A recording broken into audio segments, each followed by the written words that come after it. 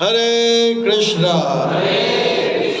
अंतर्राष्ट्रीय कृष्ण भावना भावित संघ ISKCON Meera road की ओर से प्रस्तावित यह प्रातःकालीन श्रीमद् भागवतम सत्र एवं रविवार प्रीति भोज कार्यक्रम में आए आप सब भक्तों का, धर्म प्रेमियों का, कथा प्रेमियों का, सत्संग प्रेमियों का, अतिथियों का, आजीवन सदस्यों का, श्रोताओं का, सोशल मीडिया के माध्यम से सुनने वाले श्रोताओं का भी और भविष्य में रिकॉर्डिंग के माध्यम से सुनने वाले श्रोताओं का भी हृदय के गहराई से प्रेम पूर्वक हार्दिक स्वागत करते हैं।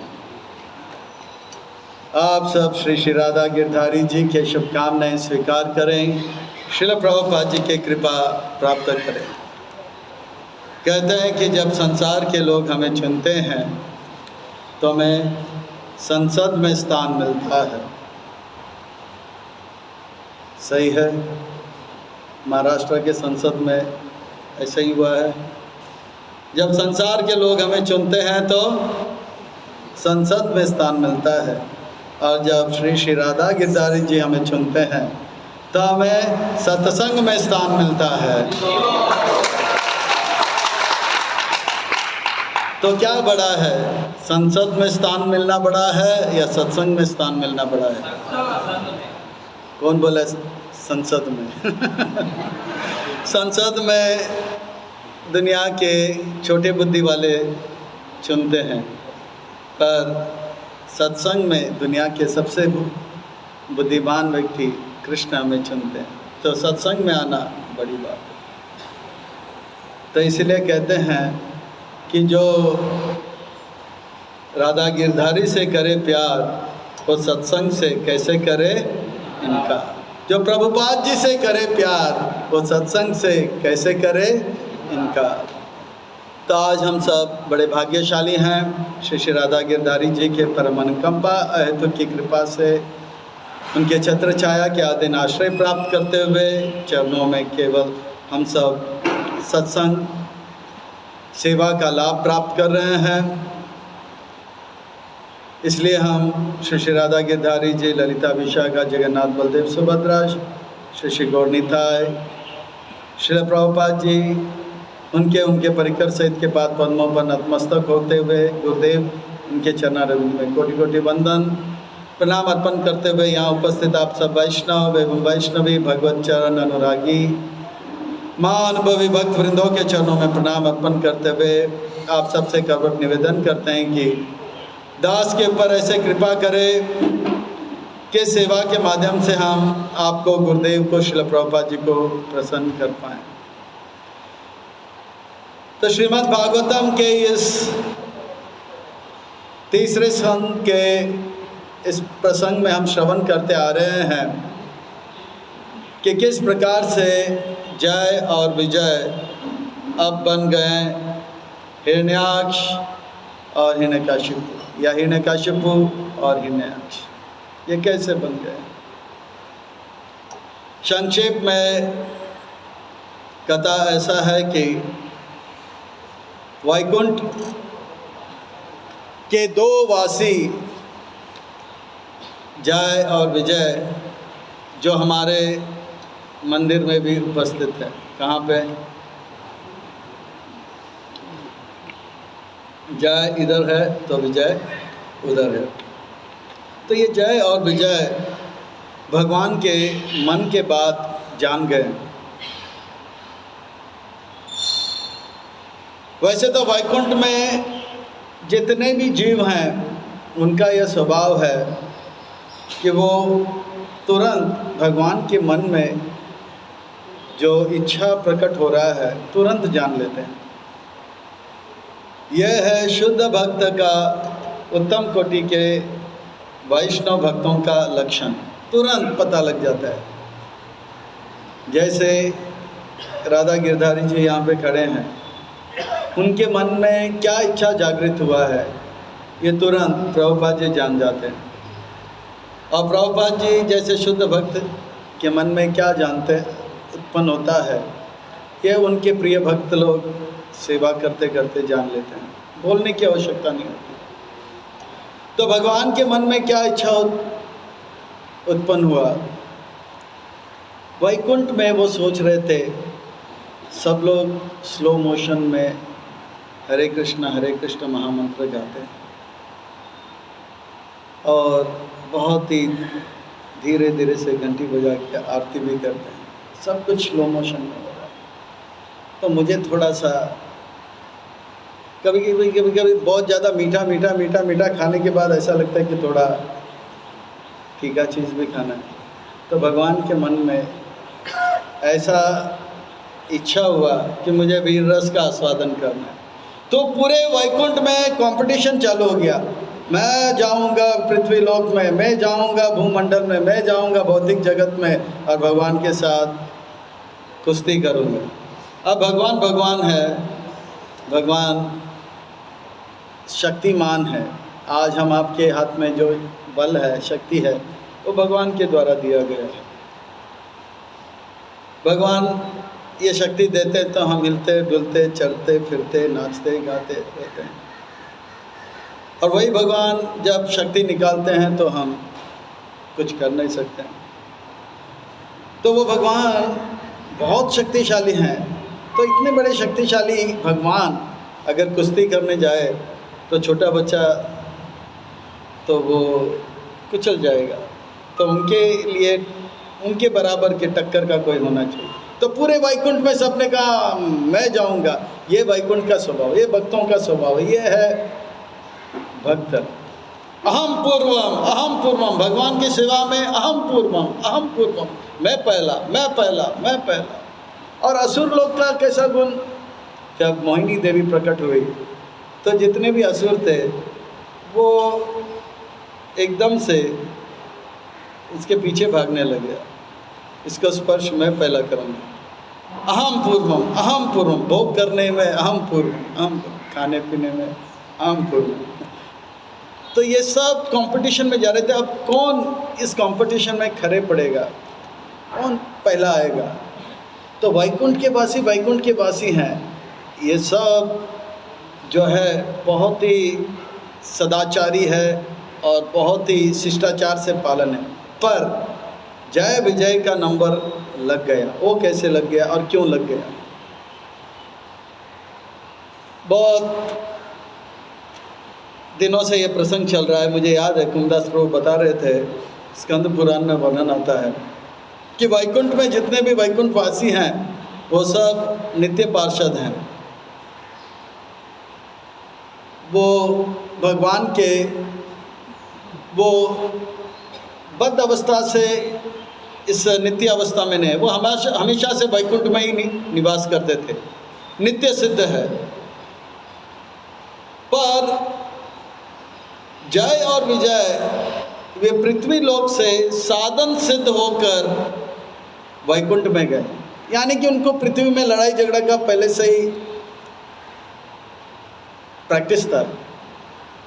और उनका साधन क्या था, बहुत सुंदर बताए थे उन्होंने, आप लोग ने भी सुना होगा कि वो व्यक्ति जीवन भर, यानी कि माँ के गर्भ से जन्म लेते ही जो चट्टान में रात के समय सोता है, दिन को नहीं, चट्टान में सोता है रात को। चट्टान जानते हैं, जो काला पत्थर, बड़ा सा काला पत्थर में, जो केवल काला पत्थर में, वो डनलप 5 स्टार क्या बोलते हैं आजकल, वो कटिया वगैरह में नहीं सोते हैं। जो चट्टान में जीवन भर सोए हैं, ऐसा कोई कृष्ण का भक्त उनको जो है साधन सिद्ध होकर वो वैकुंठ को प्राप्त कर लेंगे। तो वैकुंठ में ये दो जो थे, ये तुरंत उनको आइडिया लग गया, अभी पृथ्वी लोक में जाना है तो हमको वैष्णव अपराध करना ही होगा। अब वैकुंठवासी तो बहुत सदाचारी थे, वो तो भक्त है, वांछा कल्पत्रु ददाति प्रतिगृह्णता, ये सब करते रहेंगे। पर ये सब करते करते उनका नंबर लगा ही नहीं। और ये लोग सोच रहे थे कि कैसे हम लोग वैष्णव अपराध करेंगे। तो देखा 4 कुमार आ रहे थे। वो ब्रह्मा जी के उपदेश प्राप्त करके 6 द्वार पार कर लिए। तो ये छोटे से बालक वो जान गए ये सब जो है महात्मा है, फिर भी उन्होंने सोचा कि अभी तो पृथ्वी में जाना है तो इनको रोक ही देते, वैष्णव अपराध कर लेते। उनको रोक दिया और आगे आप सब जानते हैं किस प्रकार से 4 कुमार ने उन्हें श्रापित कर दिया। हे नंगे बच्चे, कहाँ जा रहे हो? भगवान के सामने ऐसे जा रहे हो? ये भी कोई शिष्टाचार है? आज तक इतिहास में भगवान के सामने कोई जो भी गया सज धज कर नए ताजे पवित्र वस्त्र धारण करके गया। ये कैसा ड्रेस है भाई? कोई शिष्टाचार सीखो। पर 4 कुमार भी 4 कुमार थे, उनको भगवान से मिलने के लिए इतना तीव्रता था कि वो भूल गए कि हमें कोई रोक सकता है, और रोका तो उनको बहुत बुरा लगा और श्रापित कर दिया। तो इस प्रकार से जब उनको श्राप हुआ तो दीति के गर्भ में आए, और दीति को पता लग गया कि मेरे गर्भ में 2 असुर है, क्योंकि खबर किसने दिया? कश्यप मुनि ने दिया। कश्यप मुनि ने कहा ये जो समय है शाम का, ये पवित्र समय है, भगवान का नाम जप कीर्तन करना है, ये समय पे ऐसा काम नहीं करना है। स्त्री पुरुष को स्पर्श ना करे, पुरुष स्त्री को स्पर्श ना करे। तो ऐसा काम आपने किया, हमने किया, तो इससे जो संतान उत्पन्न होगा भयंकर होगा। तो दीति का गर्भ में दीति ने उनको 1000 देवताओं 1000 वर्ष तक रोके थे, ऐसे भागवत में वर्णन आता है। फिर उनसे रहा नहीं गया, तो ये जैसे ही जन्म लिए तो इसका वर्णन आता है यहाँ पर कि वो आकाश को छूने लगे। तो आज के श्लोक में बताया जा रहा है कि देवी स्पर्श हेम किरीट कौतुबीर, जैसे वो जन्म लिए वो छोटे नहीं थे, छोटे से एकदम से बड़े हो गए, और बड़े तो बड़े, कितने बड़े हो गए कि उनके किरीट जो है, उनके मुकुट जो है वो आकाश को स्पर्श करने लगा, इतने बड़े हो गए। शरीर उनका बड़ा हो गया, बड़ा बड़ा बड़ा बहुत बड़ा हो गया। बचपन में मैं सोचता था जैसे जैसे उम्र बढ़ेगा मेरा कद भी बढ़ेगा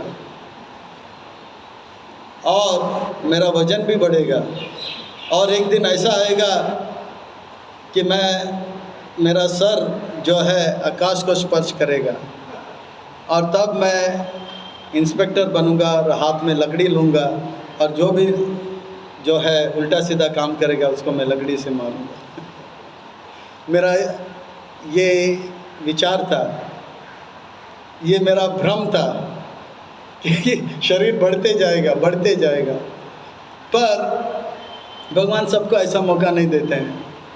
तो नियम के अनुसार कुछ दिनों के लिए, कुछ सालों के लिए शरीर बढ़ता है, उसके बाद भी बढ़ता है। पर इनके लिए ऐसा नहीं था, इनका तुरंत शरीर बढ़ गया, क्योंकि ये जो थे ये जो हैं कहाँ से आए हैं? वैकुंठ से आए हैं। ये साधारण जीवात्मा नहीं है। इन्होंने वैष्णव अपराध करके, श्राप प्राप्त करके इस पृथ्वी में भगवान से युद्ध करने के लिए ये जो है यह 3 जन्म लेने का इनको यह मौका मिला है। देखिए, अगर कोई वैष्णव अपराध करता है या अगर किसी को श्राप मिलता है तो तुरंत उनका आयु घट जाता है, तुरंत उनका सौंदर्य घट जाता है, तुरंत उनका जो ऐश्वर्य है, धन है, वो क्षीण हो जाता है। जैसे नित्यानंद प्रभु के चरणों में जिन्होंने अपराध किया, वो मुसलमान सेठ, तो तुरंत वो जो था उसका पूरा परिवार नष्ट हो गया, गरीब हो गया। नामाचार्य हरिदास ठाकुर परम वैष्णव है और गोपाल चापाल ने उनके चरणों में अपराध किया, तो 3 दिन में उनका शरीर जो है कोढ़ से भर गया, उनका नाक पिघल गया और वो बीमार से ग्रस्त हो गया। पूरे गांव वालों ने उनको निकाल दिया घर। तो उनका यश चला जाता है, आयु चला जाता है, उनका वैभव चला जाता है। तो ये वैष्णव अपराध उनका भक्ति को तो नाश करता ही है और भौतिक जीवन भी नष्ट हो जाता है। तो हम देखेंगे कि अगर इन्होंने 4 कुमार के चरणों में अपराध किया है, पर इनका तो बल बढ़ते जा रहा है, इनका कद भी बढ़ते जा रहा है और उनका जो है सौंदर्य भी बढ़ते जा रहा है, ये कैसा? इसका 2 कारण है। जैसे ये प्रसंग के आरंभ में विश्वनाथ चक्रवर्ती ठाकुर के इस तात्पर्य को, टीका को वर्णन करते हुए कमलोचन को बताए कि ऐसा है कि भले ये वैष्णव अपराध किए हैं, पर ये साधारण जीवात्मा नहीं है। अगर कोई साधारण जीवात्मा वैष्णव अपराध करता है तो वो जो है अपने सारे ऐश्वर्य को खो जाता है, उसको बल मिलता नहीं है, उसको यश मिलता नहीं है। पर ये साधारण जीवात्मा नहीं है, ये भगवान के योजनाओं को पूरा करने के लिए भगवान के पार्षद हैं, इसलिए इनका बल बढ़ते गया, इनका कद बढ़ते गया, इनका सौंदर्य बढ़ता गया। ये स्पेशल कैटेगरी में आते हैं। अच्छा, दूसरे दृष्टि से अगर हम देखें कि कोई बोले ठीक है वैष्णव अपराध करते तो इनका आयु, बल, यश, सौंदर्य घटना चाहिए, तो अगर इस दृष्टि से अगर देखा जाए तो आप सबको पता है कि वैकुंठ कैसा है, चिंतामणि धाम है। ये चिंतामणि धाम का एक एक कण कैसा है, इस संसार के अनेक रत्नों से ये अपार इसका जो है मूल्यवान होता है। एक बार अकबर जो है वे आगरा से देखा कि वृंदावन में राधा मदन मोहन जी के जो उनके जो ऊपर के जो सीकर में जो दीप जल रहा था, प्रज्वलित हो रहा था, वो देख रहा था। बोला कि ये मंदिर इतना दूर होते हुए आगरा तक इसका जो है प्रभाव दिखाई दे रहा है, तो ये मंदिर को मैं देखना चाहता हूँ। तो अगले दिन वो निकले तो उनको रूप गोसाई पाद का दर्शन हुआ और रूप गोसाई पाद के चरणों में उन्होंने निवेदन किया, आप इतने बड़ा संत हो, महात्मा हो, मुझे सेवा का मौका दो।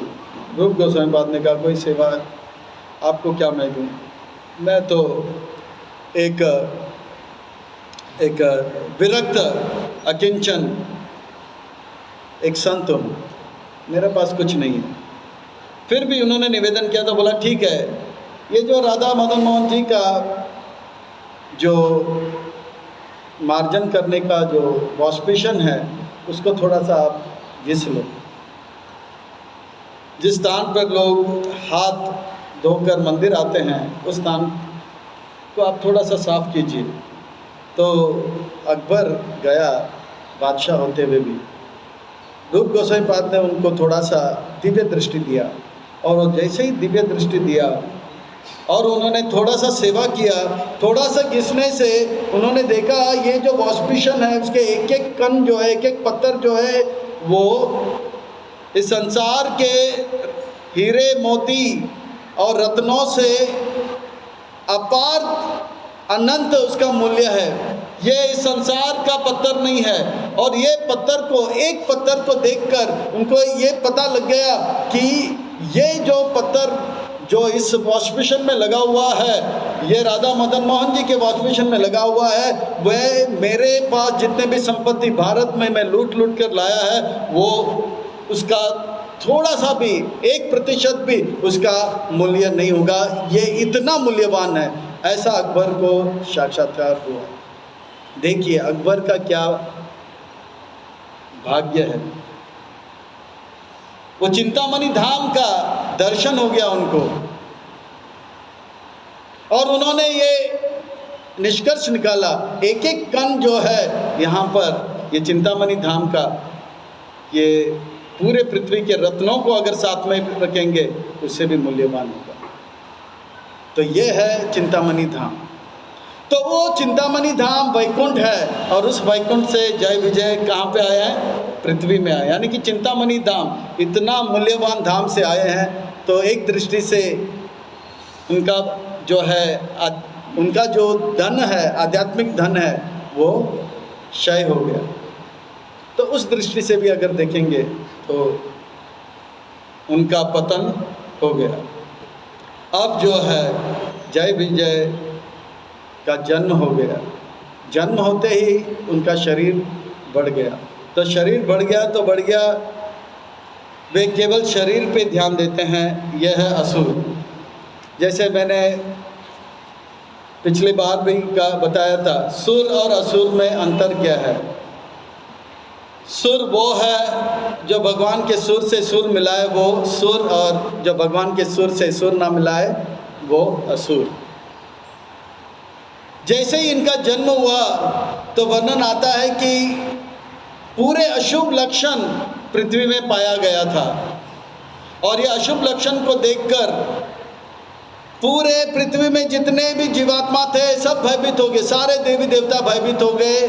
केवल 4 लोगों को छोड़कर सभी भयभीत हो गए थे। वो 4 कौन है?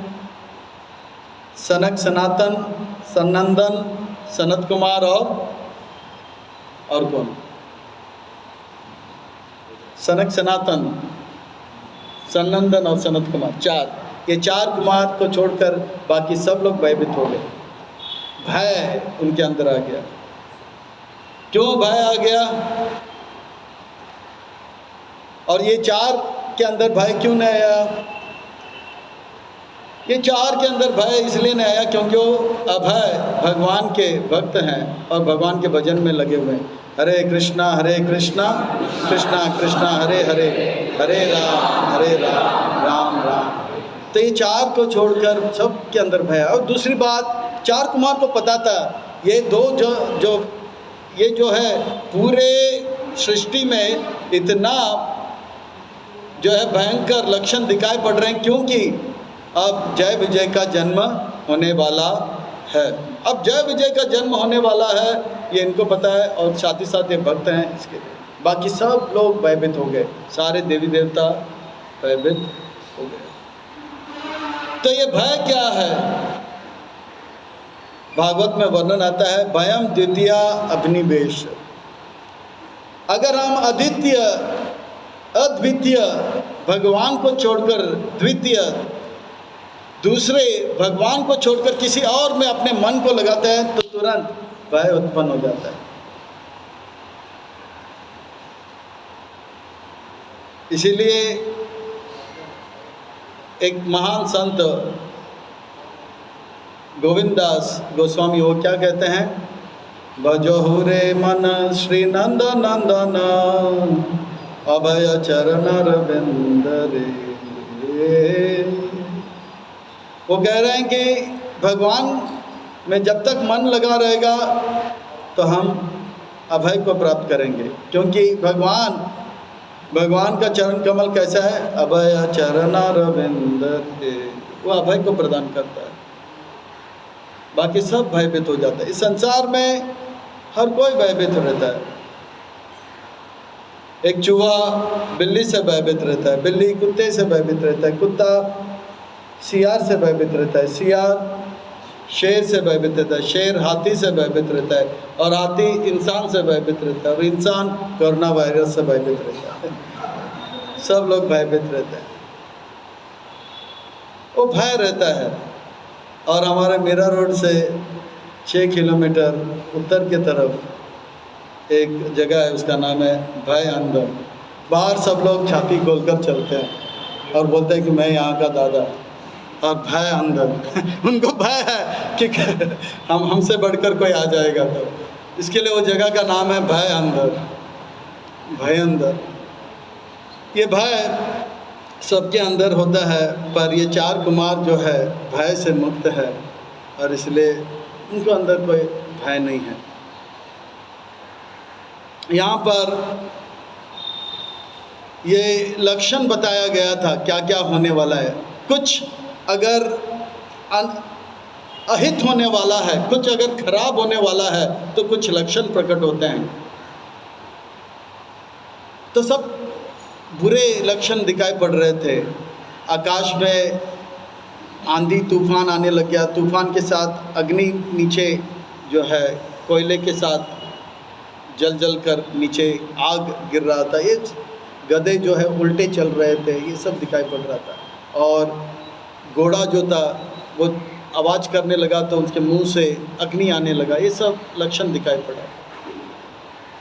तो ये समय बुरा है तो उसके कुछ लक्षण है। एक बार भीम युधिष्ठिर से मिलने आया था, पर युधिष्ठिर महाराज किसी कारण से दोपहर को विश्राम कर रहे थे।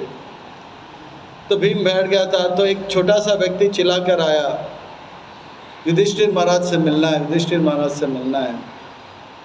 तो भीम ने बोला रुक जाओ और आगे बढ़ो मत। बोला नहीं, मेरे सर में एक बात चल रही है और उस बात को मैं अगर खोल के बोलूँगा नहीं तो सर फट जाएगा, और ये बात युधिष्ठिर महाराज ही समझ सकते हैं, और उनको बोलूँ तो इसका निवारण होगा। तो उन्होंने कहा अंदर तो जा नहीं सकते, पर मुझे बोलना है तो मुझे बोलो।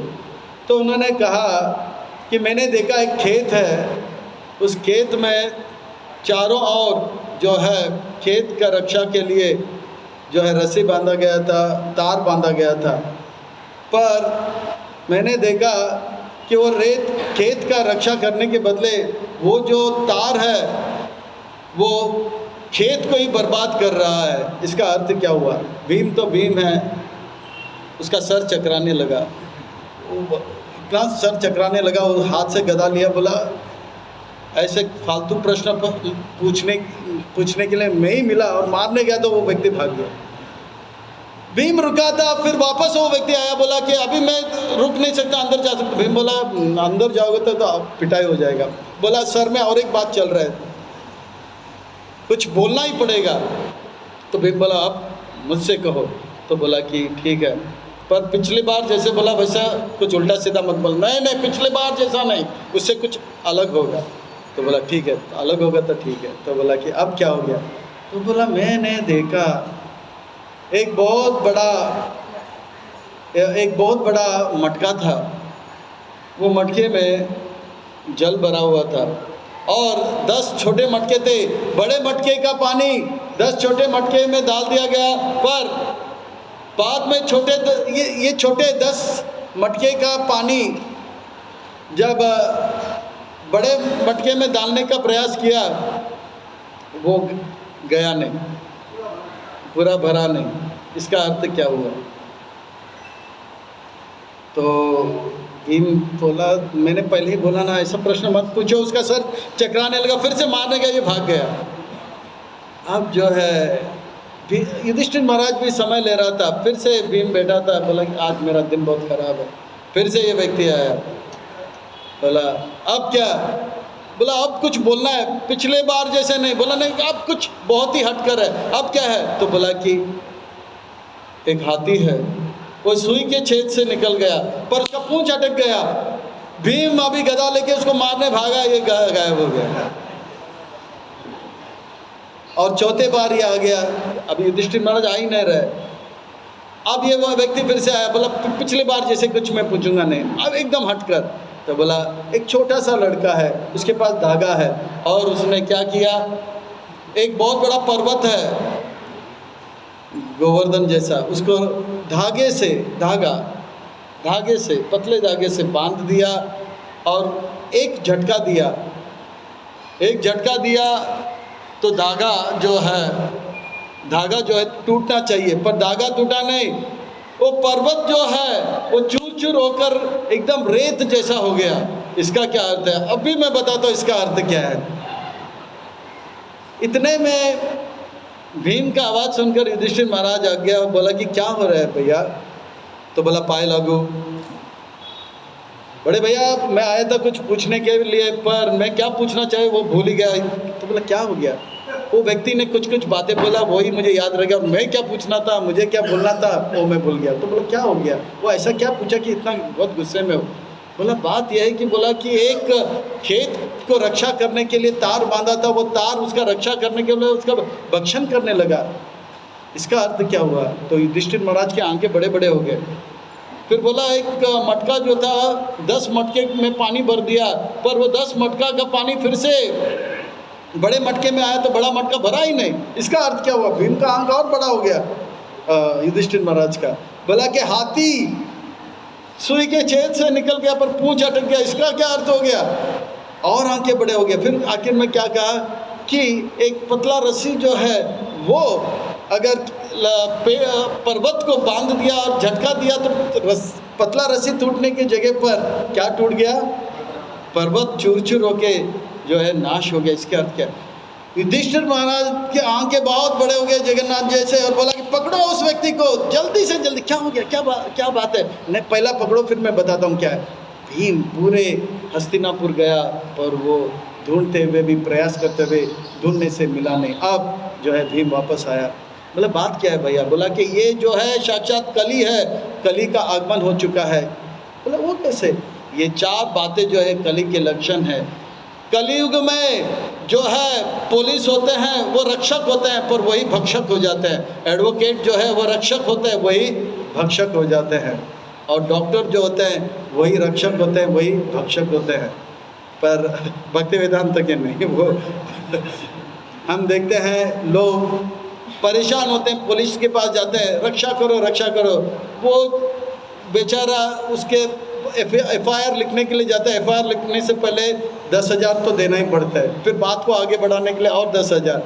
उसका रक्षक ही भक्षक हो गया। एडवोकेट वो आपका केस जिताने से पहले आपसे, प्रभुपाद जी जो है एक सच्चा घटना कहते हैं, बोलते हैं कि ये सच्चा घटना है। प्रभुपाद जी बोलते हैं कलकत्ता में उनका एक मित्र था। उनका मित्र जो था वो डॉक्टर था, डॉक्टर चैटर्जी या बैनर्जी जो था।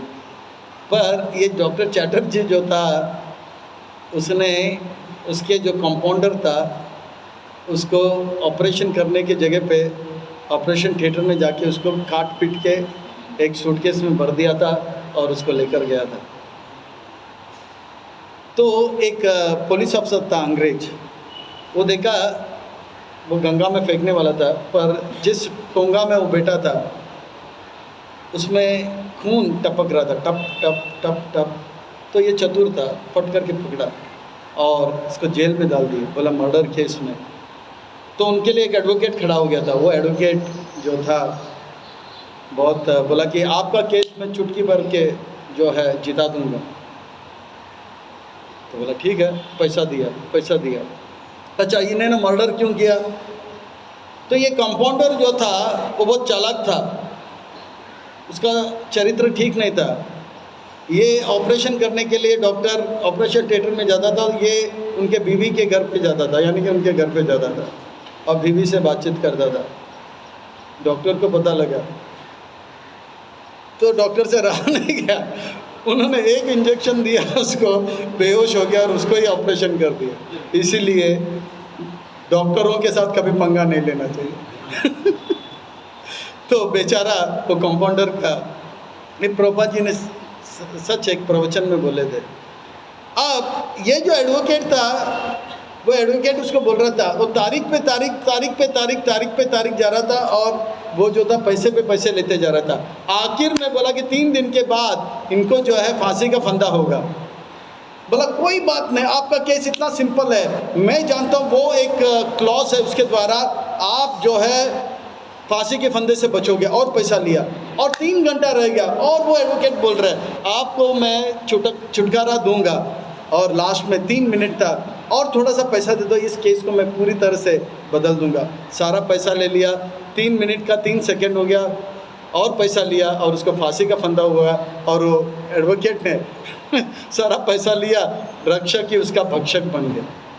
कहने का तात्पर्य है कलयुग में रक्षक ही भक्षक हो जाता है और आजकल माता पिता ही बच्चों का हानि कर देते हैं। ऐसे ऐसे बात सुनने में आता है कि पिता ने बच्चे को ही जान से मार डाला। ऐसे ऐसे बातें, रक्षक भक्षक बन जाते। एक कलयुग का एक लक्षण है।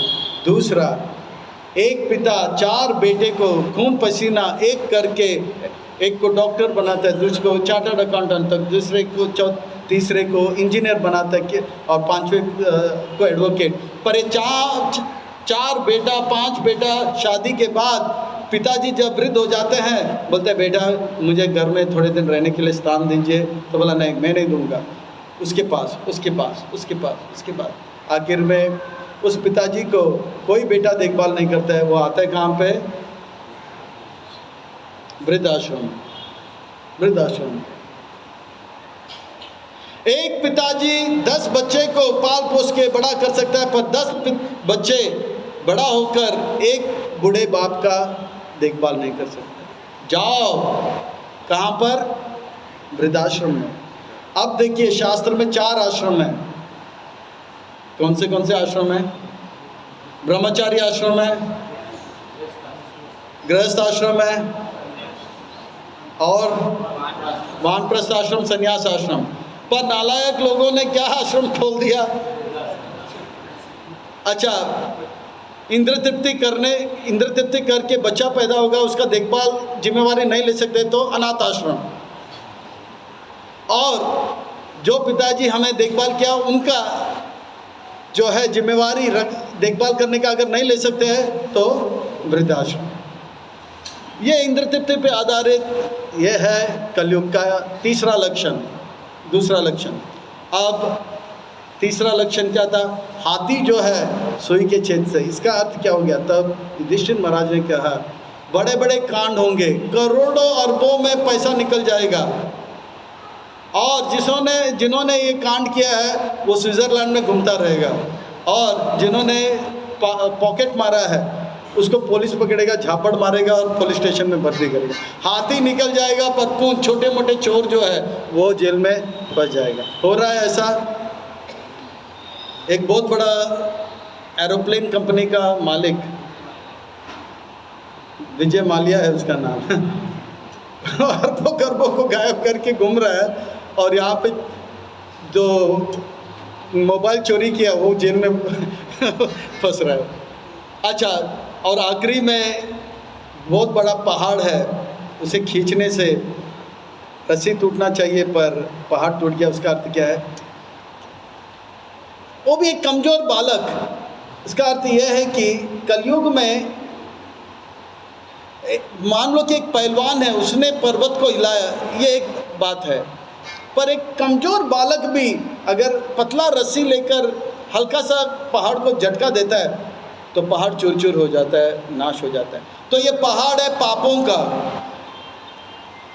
और ये पापों का पहाड़ को दूर करने के लिए बड़े बड़े यज्ञ, अनुष्ठान और तपस्या वगैरह करे तो पाप कटते हैं।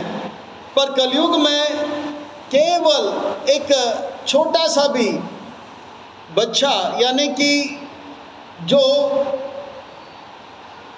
धर्म के मार्ग में बच्चा है, यानी कि जिसने कभी पवित्र जीवन व्यापन नहीं किया, वो भी व्यक्ति अगर हरिनाम का डोरी अपने जीवन में लेता है, वो हरे कृष्ण महामंत्र बोलते बोलते बोलते उनका जीवन का जो पाप का जो पहाड़ है वो चूर चूर हो जाता है, नाश हो जाता है और नष्ट हो जाता है। तो यह है कलयुग का 4 लक्षण। और इस कलयुग का सार यह है कि हम जो है कले दोष निधि राजन अस्ति एक महान गुण कीर्तन एवं कृष्ण से मुक्त संगत से। अगर हम हरिनाम संकीर्तन लेंगे तो इस कलयुग में बड़े से बड़े हम पापी क्यों ना हो, पर अगर हम हरिनाम संकीर्तन लेंगे तो हमारे सारे पाप नाश हो जाएगा और बर्बाद हो जाएगा। ये जो है हमारे जो पाप रूपी पहाड़ जो है बर्बाद हो जाएगा, नष्ट हो जाएगा। हम जो है पाप से मुक्त हो जाएंगे। और इसका ज्वलंत उदाहरण प्रभुपाद जी के जीवन में हम देख सकते हैं, किस प्रकार से प्रभुपाद जी ने हिप्पियों को हैप्पी बना दिया, रूसियों को ऋषि बना दिया, चीनियों को मुनि बना दिया, जापानीसों को जपा में लगा दिया, और अनेक अनेक पापियों को जो है दुखी थे उन्हें सुखी बना दिया। हरे कृष्णा हरे कृष्णा हरे हरे हरे राम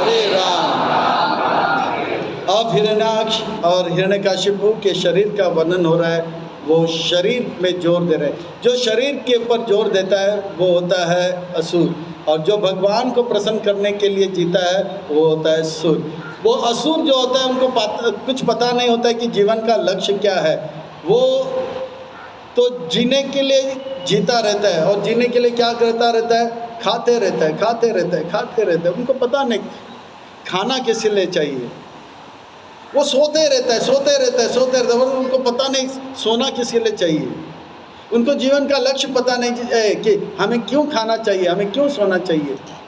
एक व्यक्ति, उसका ऐसा स्वभाव हो गया, अभ्यास हो गया, वो इतना सोता था, इतना सोता था, इतना सोता था, वो रात भर सोता था और सुबह 8 बजे उठता था, फिर बोलता नाश्ता, और नाश्ता में वो चाय पीता था और नाश्ता करता था, फिर बोलता था अब थोड़ा आराम करना होगा, फिर बाद में सोता था, फिर बाद में एकदम से दोपहर को उठता था और बोलता था अब थोड़ा सा जो है दोपहर का भोजन होना चाहिए, और दोपहर का भोजन करके बोलते हैं अब थोड़ा सा बहुत भोजन हो गया, थोड़ा और आराम करते हैं, और शाम को फिर से थोड़ा सा नाश्ता, फिर वापस सो जाता था, फिर रात को फिर खा के सोता था। ऐसा अभ्यास हो गया। कुछ तो लिमिट होना चाहिए, आइडिया होना चाहिए कि कितना सोना चाहिए। सोते जा रहे, सोते जा रहे। इसी प्रकार से एक व्यक्ति खाए जा रहे, खाए जा रहे, खाए जा रहे। वो इतना खाता था, इतना खाता था, और खा खा के यजमान को बोलता था दाने दाने में लिखा है खाने वाले का नाम, और खाए जा रहा है, खाए जा रहा है। यजमान को आया गुस्सा, तो बोला भाई साहब अब से दाने दाने में लिखा है खाने वाले का नाम ये मत बोलो, आप लिखो भोरी भोरी में लिखा है खाने वाले का नाम। खाए जा रहे हो, खाए जा, कुछ तो लिमिट होना चाहिए। बोला देखो आपने मुझे दावत में बुलाया, मैं आपका अतिथि हूँ, इस प्रकार से अपमान नहीं करना चाहिए। अरे खाए जा रहे हो, खाए जा रहे हो, कितने देर से खाए जा रहे हो, बीच बीच में थोड़ा पानी भी तो लिया करो। तो वो जो था व्यक्ति वो बोल रहा था मैं मुझे सिखाऊं मत, मुझे पता है बीच बीच में पानी लेना चाहिए, पर बात यह है बीच आने तो दो, अभी तक तो शुरुआत है। अरे खाए जा रहे, खाए जा रहे। एक व्यक्ति को दावत में बुलाया था, वो पूरा खाए गया, खाए गया। मथुरा का जो ब्राह्मण था लड्डू पे लड्डू खाया जा रहा, लड्डू पे लड्डू खाया जा रहा था, और यजमान जो था बहुत परेशान हो गया, अरे इतना खाया, इतना खाया। और बाद में आखिर में बोला कि अब इससे ज़्यादा खाया नहीं जाएगा, और धड़प करके गिर गए। तो यजमान ने बोला इतना खाते हो, थोड़ा तो जगह रखना चाहिए था, टैबलेट देता तो पाचन होकर सब पेट ठीक होता। बोलता अरे उतना सा जगह होता था और एक लड्डू क्यों ना मैं मुँह में डाल देता। तो लोगों को ये पता नहीं हम जीने के लिए जी रहे हैं, किस लिए जी रहे हैं, खाने के लिए जी रहे हैं या जीने के लिए खा रहे हैं, क्यों सो रहे हैं, सोने के लिए सो रहे हैं या सोकर भगवान का भजन करना है इसलिए जी रहे हैं। आइडिया नहीं है। देखिए भगवान जब भी आते हैं वो स्वयं आते हैं और हम सबको शिक्षा देते हैं। वो आते हैं गुरु धारण करते हैं। कृष्ण भी आते हैं और संदीप मुनि, शांडिल ऋषि, उनको जो है गुरु के रूप में, प्रभु रामचंद्र आचार्य, विश्वामित्र मुनि, वशिष्ठ मुनि उनके गुरु हुए। ये असुर वो होते हैं जिनको पता नहीं होता है, वो मनुष्य शरीर तो लेते हैं पर गुरु धारण नहीं करते हैं, और गुरु धारण नहीं करते हैं तो उनको पता नहीं होता है हम क्यों खा रहे हैं, जीने के लिए खा रहे हैं या खाने के लिए जी रहे हैं। बताइए किस लिए हम खा रहे हैं। तो इसी प्रकार से खाते जा रहे हैं, खाते, शरीर को बड़ा करते जा रहे हैं, शरीर को बड़ा करते जा रहे हैं, शरीर को बड़ा करते जा रहे हैं। ये जीवन का लक्षण नहीं है।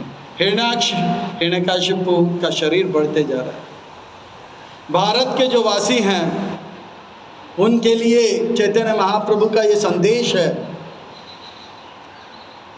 भारत भूमि जन्म होइलो जार, उनके लिए क्या है, जन्म सार्थक करी करो परोपकार। उनके लिए जन्म को सार्थक करना अर्थात हरिनाम लेना है, भक्त बनना है, औरों को भक्त बनाना, ये भगवान भारतवासियों के लिए। आप अगर थोड़ा सा सोचोगे, विचार करोगे तो आपको पता लगेगा भारत के जो वासी हैं वो कभी ब्यूटी कॉन्टेस्ट या भागदौड़ के जो स्पर्धा होता है उसमें कभी फर्स्ट नहीं आते हैं। पिछले 20 साल से आने लगे। इससे पहले ओलंपिक्स में दौड़ में कौन पहला आता है? अफ्रीका के लोग। लंबा दौड़, छोटा दौड़,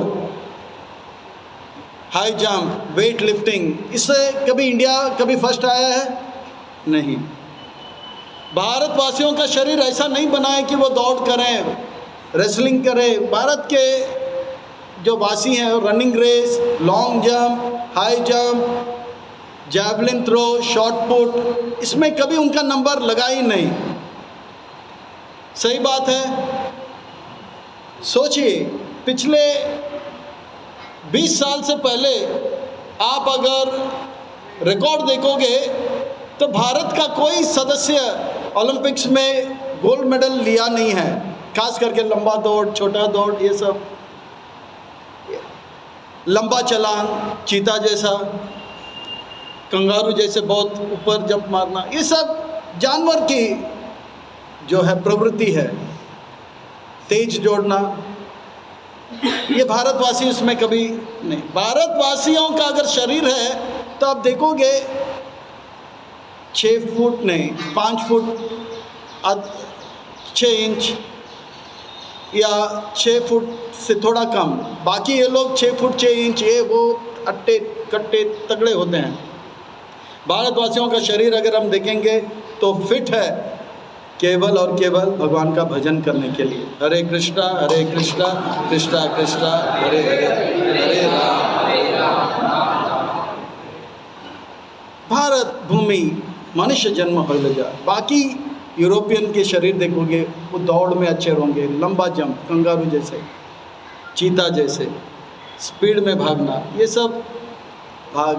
सब पाश्चात्य देश या दूसरे देश वालों के लिए।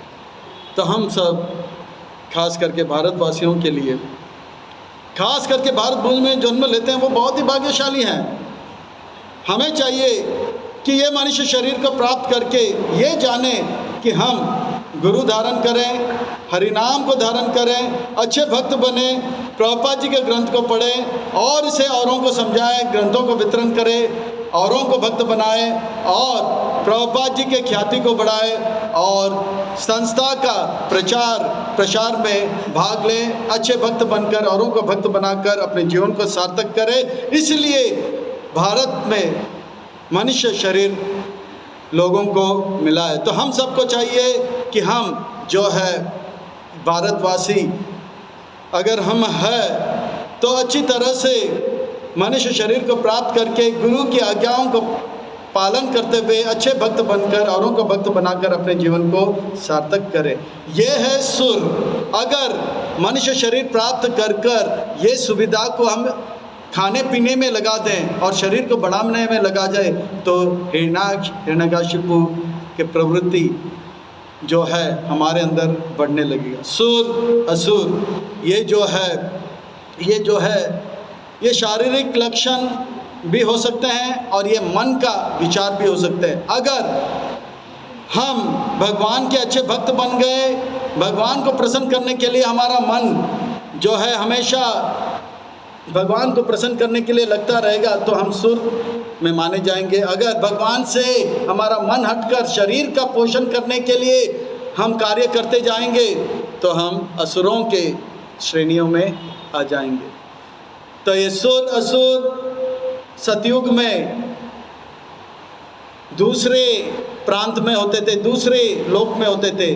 त्रेता युग में एक देश में होने लगे और द्वापर में एक परिवार में और कलयुग में एक ही शरीर में आने लगे। हमारे अंदर ही सुर और हमारे अंदर ही असुर है। हमारे अंदर देवताओं का गुण कब बढ़ेगा? जब हम भक्तों का संग करेंगे, भक्ति करेंगे। और हमारे अंदर असुरों का गुण कब बढ़ेगा? जब हम अभक्तों का संग करेंगे। तो भक्तों का संग करते हुए अपने जीवन को सार्थक करें। यही आज के इस भागवत से हम प्रकाश ले सकते हैं या शिक्षा ले सकते हैं। श्रील प्रभुपाद की।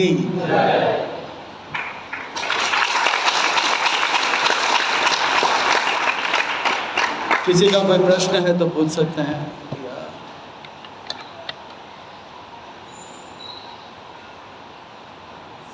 नहीं तो मैं प्रश्न पूछूंगा। हमें खाने के लिए जीना है या जीने के लिए खाना है?